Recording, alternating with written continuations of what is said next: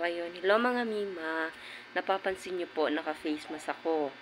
Dahil masama yung pakiramdam ko, inuubo ako, sinisipon ako, nilalagnat ako.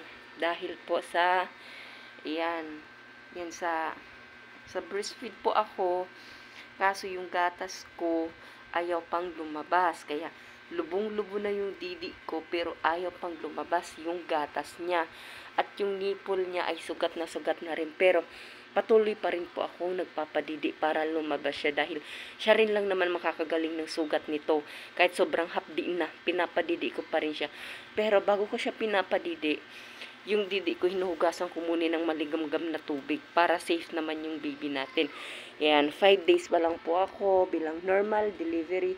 Buti na lang po hindi ako naging CS. Kaya ito na ang kinahat na ng aking Disney princess. Yan. Cute naman ng baby ko. So, ayun po. Kailangan lang padidi ng padidi para lumabas yung gatas.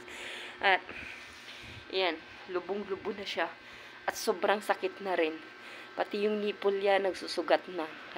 Ito yung boses ko. Dahil inuubo at sinisipon ako. Pero yung ubo ko hindi naman sobra. Sipon lang ang sobra talaga. Ay ako naka-face mask para hindi siya mahawaan. At hindi ko rin nilalapit yung ko sa kanya. So, parang kahit bubuhatin ko siya, hindi ko naman masyadong inilalapit yung bunganga ko, mukha ko sa kanya. Parang pa rin siya para hindi siya mahawaan. So, ayun. Pero yung didi ko, hinuhugasan ko muna ng maligamgam bago ko ipadidi sa kanya para safe yung baby natin.